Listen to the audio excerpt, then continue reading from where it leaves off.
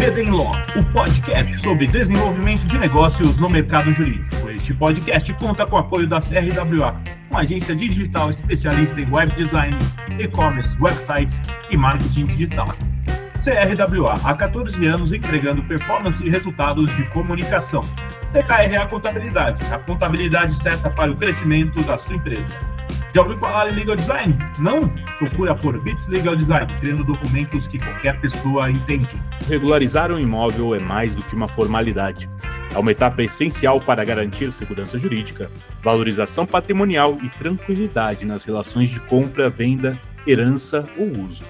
A regularização pode envolver desde a atualização da matrícula e averbação de construções até processos mais complexos, com o uso capião ou a adequação a normas urbanísticas.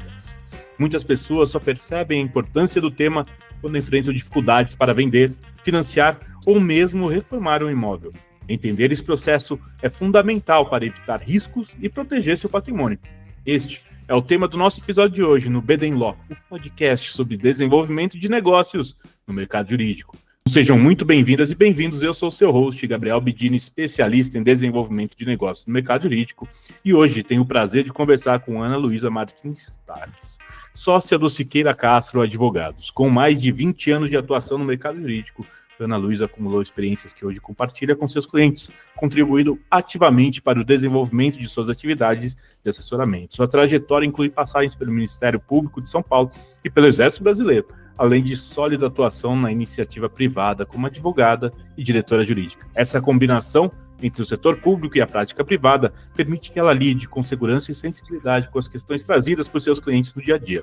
Ana, seja muito bem-vinda e obrigado por topar o nosso convite, viu? Obrigada, Gabriel. É um prazer estar aqui com você, de ter esse bate-papo sobre uma matéria que eu gosto muito, que é a regularização de áreas. E é um prazer. Eu espero que a nossa conversa seja bem prazerosa. Isso aí, Ana. Eu também espero, eu tenho certeza que vai ser, viu? E, Ana, conta um pouquinho da sua trajetória, por favor. Como que foi que você chegou no direito, ainda mais nessa área? Vamos lá.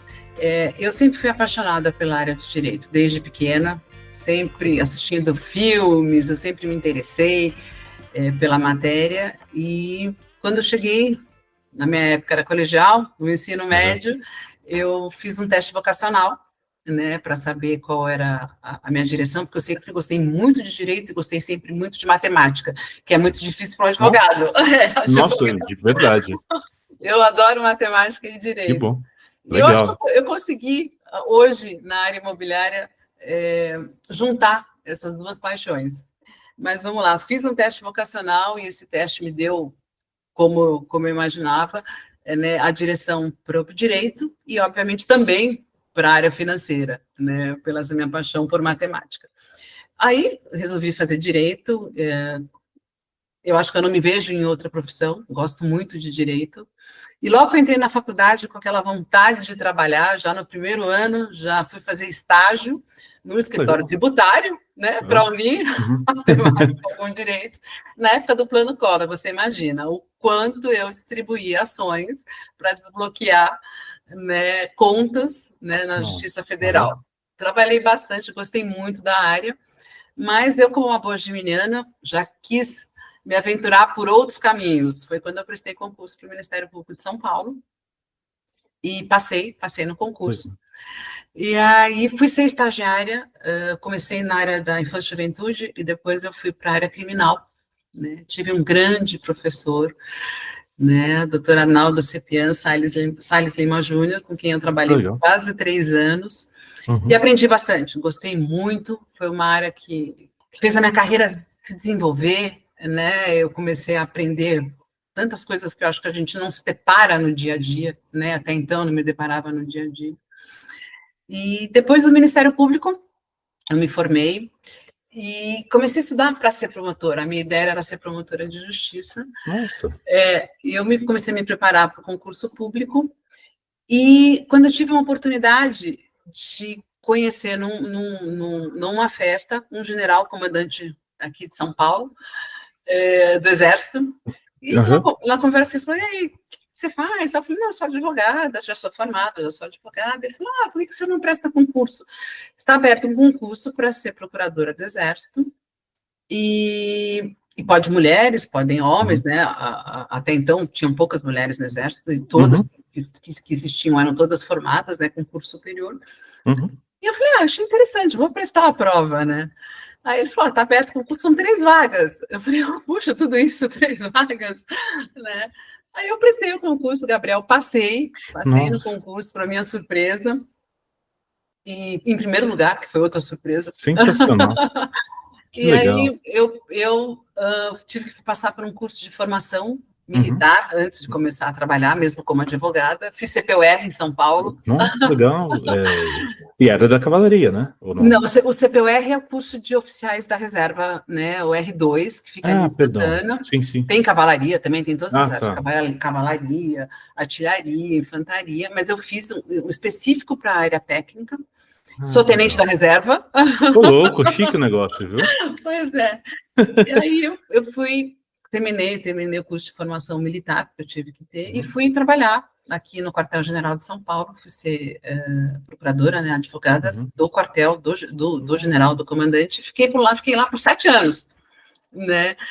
Eu atuei muito nas áreas tanto militar, né, penal militar, quanto na área imobiliária. Foi aí que foi meu primeiro encontro com a área imobiliária, com imóveis públicos, né, imóveis da União. Os imóveis do Exército, eles são jurisdicionados, né, ao Exército pela Secretaria de Patrimônio da União, onde eu aprendi a conhecer imóveis, matrículas, plantas, lidar com engenheiros. Não é fácil saber ler isso tudo, viu? E aí me apaixonei, confesso que me apaixonei. Obviamente que eu estava do lado público, eu trabalhava muito com licitação, né? Fiz licitações até de venda de imóveis públicos.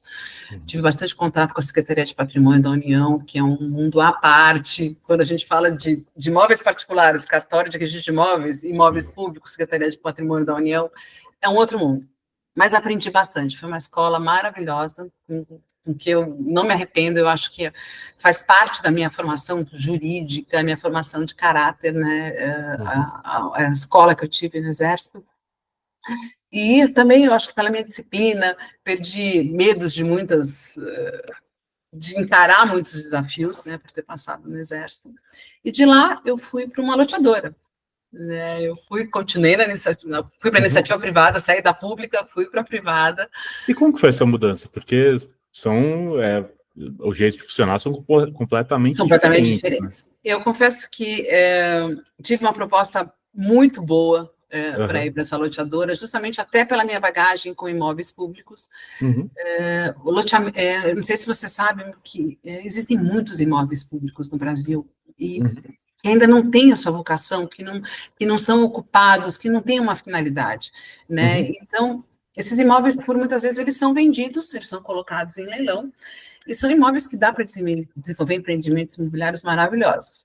Então, aí eu tive uma proposta muito boa, realmente, para ir, né, para essa loteadora. Eu fiquei lá durante 15 anos, adquiri muitos imóveis públicos e particulares para desenvolver loteamentos. Foi outra escola que eu tive, né, e gosto muito da experiência que eu passei nesses 15 anos, até me tornar diretora jurídica da companhia, que foi um privilégio. Eu fiquei como diretora jurídica também por, acho que, uns 8 anos. Nossa! Até vir para cá, para Siqueira Castro, onde eu estou há quase 4 anos. Que beleza!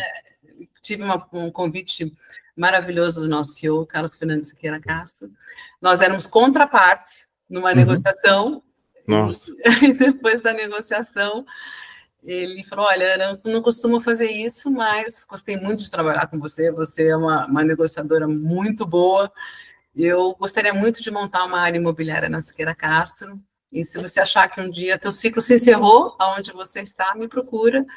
Eu gostaria muito de conversar com você. E eu fui procurar mais de um ano e pouco depois. E a gente juntos montou aqui a área imobiliária da Siqueira Castro. Nossa, Ana, que legal. E é bacana que você circulou por vários lugares, te dá uma experiência muito rica. E eu queria saber como que foi, porque, bom, de trabalhar com algum público e depois ir para uma iniciativa privada, trabalhar em empresa, chegar no alto cargo. E aí, abrir uma área num escritório de advocacia são experiências muito diferentes. Como que foi esse desafio aí para abrir essa área? Como que é estruturar tudo? E assim, obviamente, tá claro, isso você não gosta de ficar parado, né, Ana? Não, como eu te falei, eu como uma boa geminiana não gosto de rotina e não gosto de ficar parada. Eu te entendo que eu sou geminiano. Olha também. aí. Gosto muito do desafio, Gabriel, e realmente abrir essa área foi um grande desafio. Eu acho que eu cheguei na maturidade do meu conhecimento, né, da minha profissão, então ter essa experiência de poder abrir uma área e ter uma diversidade de clientes. Eu era advogada de um cliente exclusivo, né, e que aprendi muito, sem dúvida nenhuma, e poder saber que eu ia poder dividir essa minha experiência com diversos clientes, realmente me chamou bastante atenção. Então, foi um desafio que eu construí a quatro mãos, como eu disse, com o Carlos Fernando. A gente fez um business plan da área, né, montou a área do zero, e assim, a gente está em desenvolvimento, já são quase 4 anos, mas eu confesso para você que a experiência está sendo maravilhosa. Eu estou tendo contato cada vez mais com novos clientes, né, com colegas também da área jurídica, e assim, é um desafio que eu vou falar para você, gostoso, gostei muito, estou muito feliz com o resultado que está se apresentando aí já ao longo desses 4 anos, e assim, é um aprendizado eterno, né, diário. Eu acho que na nossa profissão a gente aprende todo dia, e aqui eu aprendo com diversos colegas de outras áreas, né, então eu tenho esse prazer de poder apresentar para os nossos clientes uma solução completa, não só imobiliária, muitas vezes envolve um problema penal, você tem, por exemplo, uma invasão, né, envolve um problema tributário numa regularização, né, às vezes eu tenho um problema que eu vou ter que me socorrer do contencioso estratégico para apresentar uma defesa para o meu cliente, né, ou do regulatório, porque a gente acaba tratando também com imóveis públicos, com concessionárias. Então, assim, essa experiência de poder trocar, né, ideias com meus colegas de outras áreas é bem enriquecedora para mim. Ah, que legal, né? Assim, é muito legal ver a sua trajetória e eu imagino que você gosta desse frio na barriga que dá quando tem mudança, né? Para que ficar no lugar comum, né, Ana? É verdade, gosto, não vou negar. Legal, legal demais, viu? E, Ana, vamos lá, vamos direto ao ponto agora. Gostei de ouvir essa sua jornada e, assim, dá para ver que você tem uma experiência, como eu disse, muito rica, né? Ana, eu queria saber o que exatamente significa regularizar um imóvel. Vamos lá. Eu falo que muitas vezes as pessoas não têm ideia, né, o quanto é necessário você ter um imóvel regularizado, regular. Se me permitir, Gabriel, eu só queria fazer uma distinção de imóvel urbano de imóvel rural. Por quê? Porque a regularização de imóvel urbano é diferente da regularização de imóvel rural. Tá? Então, e muitas vezes as pessoas se deparam falando, mas meu imóvel é rural e meu imóvel é urbano?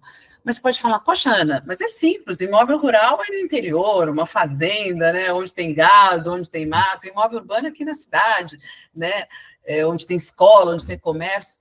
A gente se depara com imóveis urbanos, rurais, onde tem escola, onde tem comércio, né, e lá esse imóvel, esse comércio, essa escola, ela não é rural, ela é urbana. Né, por mais que ela esteja inserida numa fazenda, por exemplo.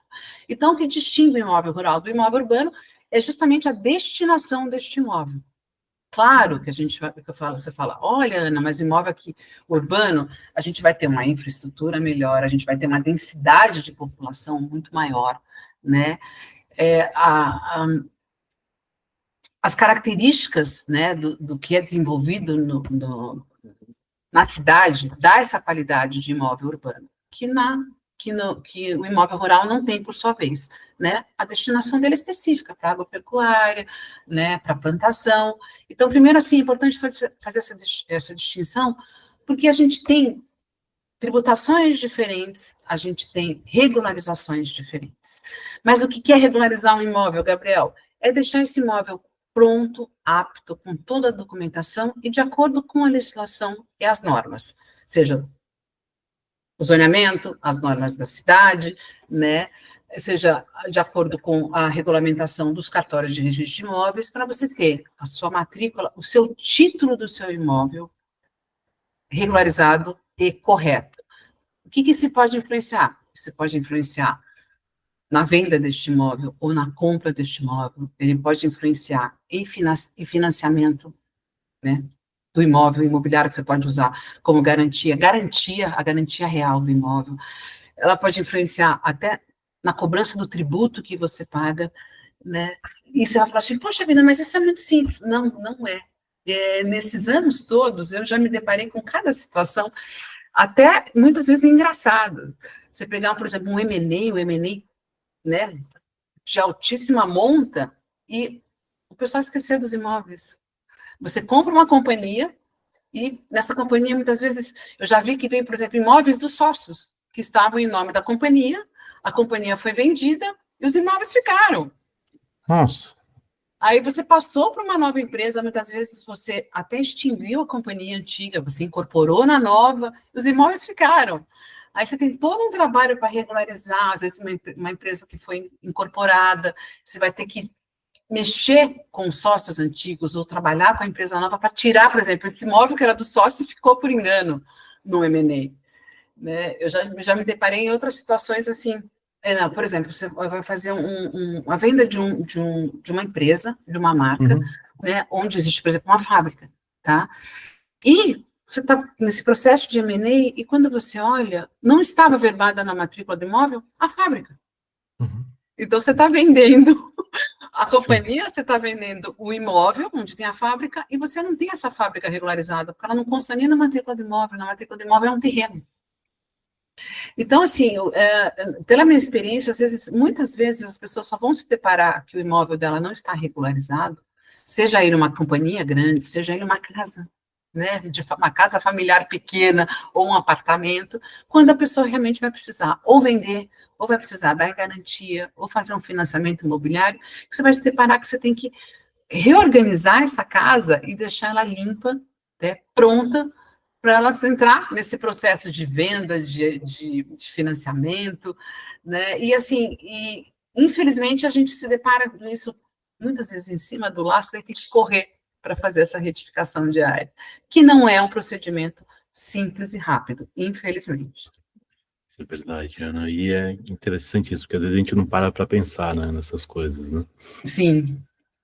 E, Ana, eu queria saber, e também, né, como você bem disse, quando está regularizado, isso também ajuda a valorizar o imóvel também na hora da venda, né? Ou estou viajando aqui? Não, sem dúvida. Um imóvel regular, ele tem esse seu valor agregado, tá? E eu te digo que é muito maior. A gente pode ter um deságio aí de um preço, por exemplo, na venda de um imóvel que não é regular, pode chegar até 30%, 40% Nossa, ou bastante. mais. Porque eu tenho o custo da regularização também, Sim. né? Então, obviamente, também é uma oportunidade de negócio. Eu conheço muitas pessoas que compram imóveis que não estão regularizados justamente pelo valor agregado que está mais baixo, proceder à regularização e vender esse imóvel mais caro depois. É um nicho de negócio também, tá? Não vou negar para você. Quem conhece, né, quem tem essa expertise pode utilizar isso como nicho de negócio. Mas para quem está vendendo, você tem realmente uma perda de valor. Muito, muito bacana isso tudo que você está trazendo. Eu queria saber quais são os principais motivos que levam um imóvel a estar numa situação irregular, com a sua experiência. Bom, vamos lá, Gabriel. Os principais motivos, eu acho que é a documentação, né, a falha na documentação. Muitas vezes, problema com a construção, seja ele você construir de forma irregular, sem projeto ou fora, né, do projeto aprovado. E muitas vezes, o outro problema também é a propriedade, o título. Tá? Muitas vezes você adquire imóvel, você não se preocupa com o título, em lavrar uma escritura, em registrar uma escritura, ou comprar um imóvel por instrumento de contrato de gaveta, que é um imóvel financiado, e você não pode fazer a cessão, muitas vezes, e você fazer essa compra com um contrato de gaveta, isso causa realmente problemas que vão deixar esse imóvel em situação irregular. Ana, eu gostaria de saber quais são os riscos que uma pessoa pode ter de manter um imóvel irregular. Vamos lá, Gabriel. Primeiro, eu acho que o bolso, a desvalorização do imóvel. Esse é um risco que a pessoa corre dela ter uma perda, né, dessa valorização desse imóvel. Problema de venda e transferência. Tá? Você vendeu um imóvel e não conseguir transferir esse imóvel porque ele está em situação irregular. Tá? Um exemplo. O meu imóvel, tá, eu estou vendendo um imóvel, um terreno, onde ele tem 1.000 metros quadrados, na minha matrícula consta que ele tem 200 metros quadrados, 300 metros quadrados. Então, esse é um problema que vai gerar um problema na transferência, né? Então, esse é um dos riscos. Impossibilidade de financiamento, né? Impossibilidade de você dar esse imóvel em garantia é outro risco, tá? Que você vai se deparar. Impossibilidade de efetuar algumas reformas ou construções, porque se você partir para fazer uma construção, uma reforma, com imóvel irregular, sem aprovação ou sem projeto, você pode ter esse imóvel embargado, você pode ter até ser penalizado por multas, né? Então, esse é outro risco. E até perda de imóvel, por incrível que pareça, se você deixar de zelar, cuidar, né, ou se não se preocupar com o seu título, alguém pode vir a usucapiar seu imóvel, invadir. Isso é o risco, acho que maior, até a perda do imóvel. Isso é muito legal, Ana. E é bom, a gente está vendo aí que tem muitos benefícios de você ter um imóvel regular, né? Isso vai pensando para quem é o proprietário, compensa, né? Claro. E eu queria saber... Não, pode falar, Ana. É um bem. Eu acho que você está tratando de um bem seu de muito valor. Eu não digo, às vezes, nem valor econômico, mas, assim, para o brasileiro tem o sonho da casa própria. Então, você imagina você conseguir conquistar a sua casa, o seu sonho, e você não regularizar esse imóvel, poderia vir a perder, ou ter esse bem desvalorizado, você ter esse problema de deixar de herança para os seus filhos. Então, eu acho que a regularização de imóvel ela é muito importante, independente da classe econômica, independente do tamanho do imóvel, né? Se é um prédio inteiro, se é uma casinha popular, né? A importância da regularização do imóvel vale para todos. Muito legal, Ana.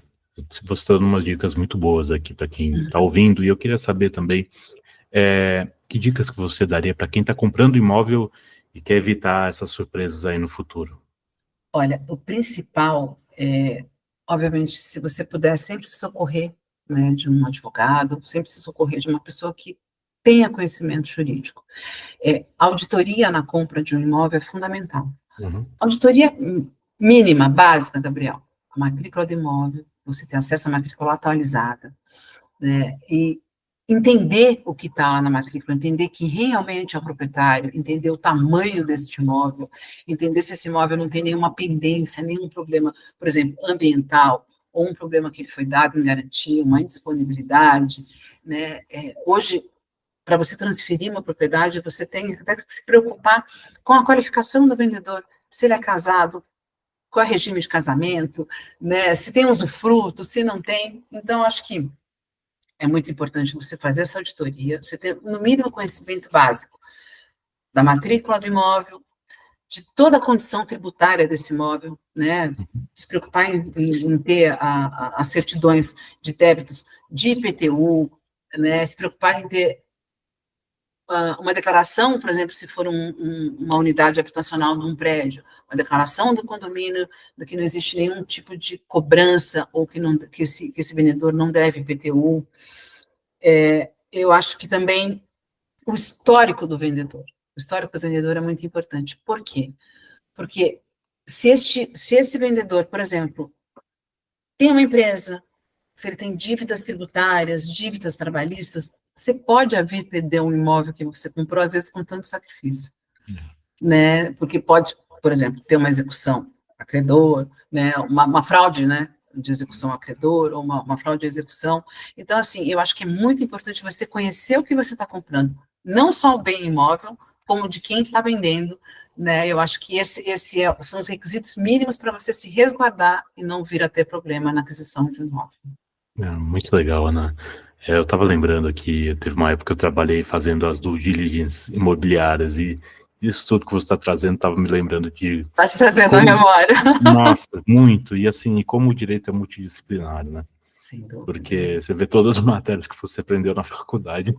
Você vê na área, né? Na área imobiliária. E eu vou dizer para você, Gabriel, infelizmente, eu acho que muitos colegas acham que direito imobiliário é fácil. Eu faço um contrato de venda e compra, eu faço um contrato de locação, mas eu acho que a área imobiliária ela é muito mais abrangente do que só um contrato de venda e compra, um contrato de locação, e não é só isso, né? É o que você falou, é o que vem por trás disso, a preocupação com tributo, a preocupação com este imóvel, a preocupação com o aspecto societário, se esse vendedor tiver empresas, então, assim, é um todo, realmente, é uma área que envolve muitas outras áreas do direito. Aí o direito é complexo, né? A gente vai vendo todas essas experiências que você traz e o que você aprendeu assim, se você não sabe as peculiaridades ali dessa parte, você não vai, assim, é perigoso, tá, né? Assim, isso pode trazer consequências que lá na frente não vão ser boas por conta de algo que não foi observado por falta de experiência. Ana, eu queria saber, com toda a sua experiência, quais são os erros mais comuns que você observa, né, nos processos de regularização dos imóveis? Primeiro é fazer uma regularização sem a ajuda de um técnico, seja ele um técnico em engenharia ou arquitetura. Tá? É muito importante que para o seu imóvel estar regular, ele tem que ter esse projeto, aprovação de projeto, a BITS, né? E eu te digo também a ajuda de um advogado, porque, como eu disse, você tem, por exemplo, vai regularizar um imóvel que precisa da ajuda de um arquiteto ou de um engenheiro, você tem que fazer, ou um topógrafo, fazer um levantamento topográfico, ver se essa casa foi construída de acordo com o projeto, aprovar o projeto na prefeitura, pagar os impostos, né? Porque não basta você construir, a gente constrói, e a gente, para ter o habite dessa casa, a gente tem que recolher tributo. A gente tem que ter a CNO, a CNO da obra, a gente tem que recolher o INSS para ter a CEI da obra, né? Então, assim, é uma gama, né, de profissionais que trabalham, né, para que você tenha o seu imóvel regular, que muita gente subestima e resolve fazer sozinho. Então, acho que um dos maiores erros é não ter um técnico ou ter um profissional ao seu lado para poder fazer a regularização deste imóvel. Fazer construção sem planejamento, né? Eu acho que você tem que planejar, porque quando você vai construir, você tem que estar ciente que você não é somente subir a laje da sua casa, fazer a piscina, ou fazer a construção, que essa construção envolve realmente outras despesas, como eu disse, tributo, taxa, né, aprovação, depois a averbação na matrícula do imóvel, pagamento do INSS, da CEI da obra. Então, assim, envolve uma gama de procedimentos que você não pode esquecer. E muitas vezes a gente percebe que as pessoas deixam de lado alguns procedimentos técnicos e se preocupam só em subir, né, a sua edificação. Então, esse é um dos maiores erros que a gente se depara. E, muitas vezes, também construir fora do padrão construtivo, construir em desacordo com a lei de zoneamento. Tá? Isso é um outro fator que também, frequentemente, eu vejo que as pessoas acabam cometendo alguns erros que daí dificulta ou, né, levam à necessidade de fazer uma retificação. Muitas vezes, já me deparei até em situações em que tem que fazer a demolição do que você construiu. Você imagina, você gastou, você fez, e você vai ter essa obra embargada, você vai ter um problema, você vai ter que fazer uma demolição, porque você vai ter um outro custo alto para fazer a demolição. É isso aí, planejamento é tudo, né, Ana? Sem dúvida. Eu queria saber se você tem alguma dica para quem está querendo entrar nessa área do direito, e assim, você tem uma experiência muito bacana, então acho que você tem muitas dicas aí para poder dar para o pessoal. Eu acho que é uma área fascinante.